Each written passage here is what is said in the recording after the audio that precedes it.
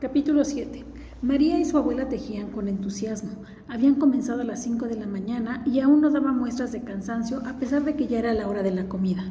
El tiempo se les había ido volando. Para María esa actividad resultó todo un descubrimiento. Ella nunca aprendió a tejer, pues le resultó mucho más importante desarrollar su intelecto, estudiar hasta conseguir una maestría.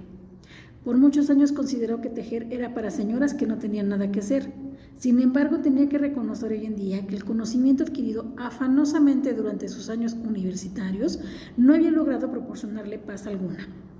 Tal vez había un tipo de conocimiento o un saber ancestral que no había encontrado, y quizá porque buscan el lugar indebido, pues esta sabiduría no solo estaba encerrada en los libros, estaba en actividades íntimas, cotidianas, que por simples no eran tomadas en cuenta por los estudiosos como ella.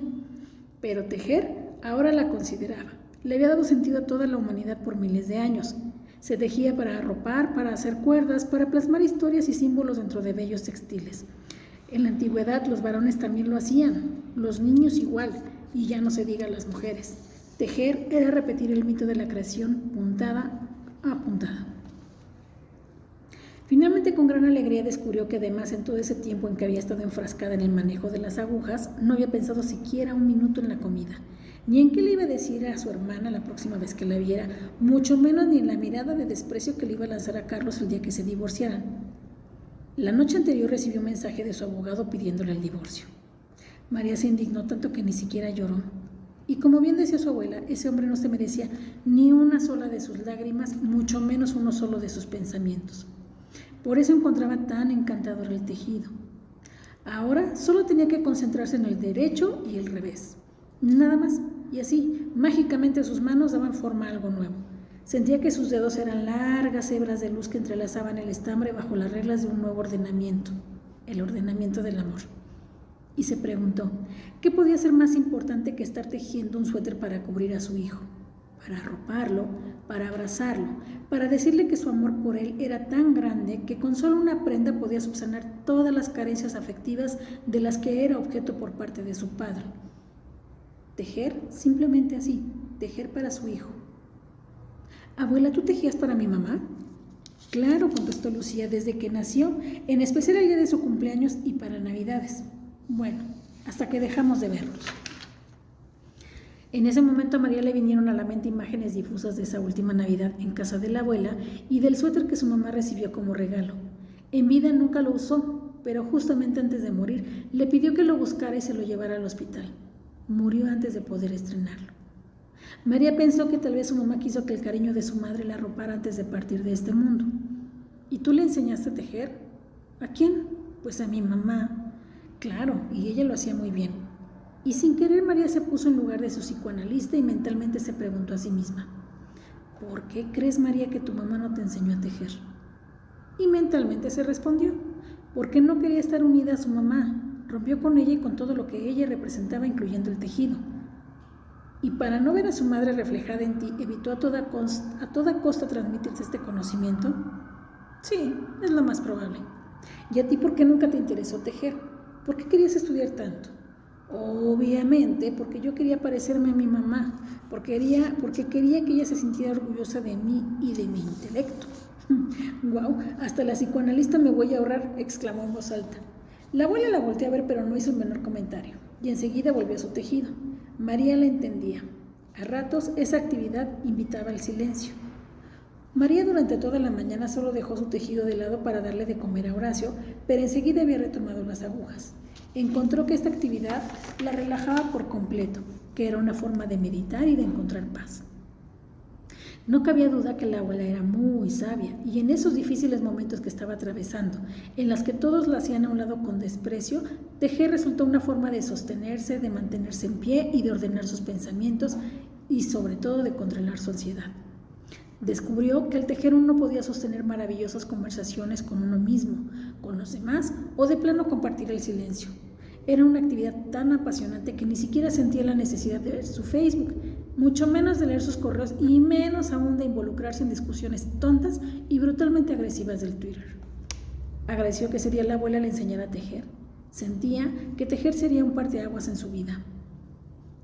Antes de ese día, la abuela y ella eran un par de familiares desconocidas, pero ahora estaban tejiendo lazos y afectos así, con una complejidad grandiosa sin necesidad de hablar. A la hora del atardecer, la abuela le preguntó si no le molestaba que pusiera música. María respondió que no, y entonces la abuela sacó de otro baúl uno de sus discos LP favoritos y lo colocó en un tocadiscos. La música de Billie Holiday inundó el estudio de su abuela, al que todos llamaban, tal y como lo había bautizado en vida, Mamá Elena, el cuarto oscuro. Un cuarto del que ya solo quedaba el nombre, pues la luz lo inundaba la mayor parte del día. Lo que pasaba era que no era un cuarto original, era una reconstrucción del que fuera el cuarto de baño de Mamá Elena. A la muerte de su madre, o sea, de Mamá Elena, Tita lo ocupó y le realizó la primera remodelación para convertirlo en su laboratorio, estudio, cocina, cuarto de baño y habitación. Dejó la tina en el centro porque le gustaba la idea de bañarse ahí mismo, en el sitio justo donde Pedro y ella habían hecho el amor por primera vez. Así, con el paso de los años había sufrido varias reconstrucciones y remodelaciones. La primera surgió después del incendio del rancho allá por los años 30, obedeciendo el profundo deseo de Esperanza, la bisabuela de María, de dejar el lugar tal y como Tita lo había diseñado en vida. En un costado del cuarto había una cocineta con trasteros en donde se mezclaban por igual sartenes de hierro forjado junto con microscopios y probetas. Lo único que Lucía había apartado era un altar en donde tenía una foto de Felipe, a la cual se le ponía a diario un jarrón negro con claveles rojos. Definitivamente se trataba de un lugar sui generis, mágico y especial. Era un lugar de encuentros, de transformaciones y de contacto con la luz. Lucía no sabía a partir de qué época había comenzado a utilizar veladoras como medio de calefacción durante el invierno. No lo hacía en toda la casa, solo en el cuarto oscuro. Resulta ser un método bueno, pues no solo proporcionaba calor, sino que iluminaba el lugar con una luz muy especial, elemento que una buena tejedora agradece en extremo. Y ahí estaban las dos, Lucía y María, abuela y nieta, escuchando música y tejiendo en lo que fuera el cuarto oscuro de Mamá Elena, el sitio donde esa poderosa mujer gustaba bañarse a oscuras, el lugar en donde Tita perdió su virginidad y en donde finalmente y mediante un baño de chocolate se reconcilió con su madre, en el lugar donde Lucía y Felipe dieron rienda suelta a la concupiscencia, en el lugar en el que Felipe falleció. Sí, ese mismo lugar en donde Tita y Pedro se incendiaron de amor y volvieron a la luz. Lucía y María escuchaban a Billie Holiday cantar I'll Be Seeing You, mientras tejían una historia de memorables juntas, en un sitio que tenía la vocación de desnudar, de prender fuego, de realizar rituales donde toda la oscuridad se torna luminosa, lugar donde el canto saca a la luz la emoción largamente reprimida y la convierte en lágrimas que limpian el alma. Sacar a la luz lo que se ha escondido siempre será un acto de liberación y de sanación. Abuela y nieta sanaban el tiempo que dejaban caer sus lágrimas sobre el tejido. Lucía, sin decir palabra, le dio un pañuelo desechable a María y continuó llorando. María no le preguntó por qué derramaba lágrimas. Era obvio que lo hacía al igual que ella por un hombre que en ese momento no estaba a su lado o estaba, pero no de manera corporal. Solo había que ver la manera en que la abuela honraba la memoria del abuelo. El ritual, mediante el cual le cambiaba a diario los claveles rojos. La devoción con la que sacudía el polvo que por la noche se acumulaba sobre el piano y que perteneció a su bisabuela Esperanza, y donde él tantas veces tocó. El abuelo estaba presente en cada partitura, en cada corbata, sombrero, en cada pañuelo, en cada uno de los objetos que le pertenecieron y que la abuela cuidaba y valoraba. Lucía tenía un baúl lleno de afectos y una mente plagada de imágenes que la música reactivaba. En el sonido, en la luz es donde se recupera todo lo amado.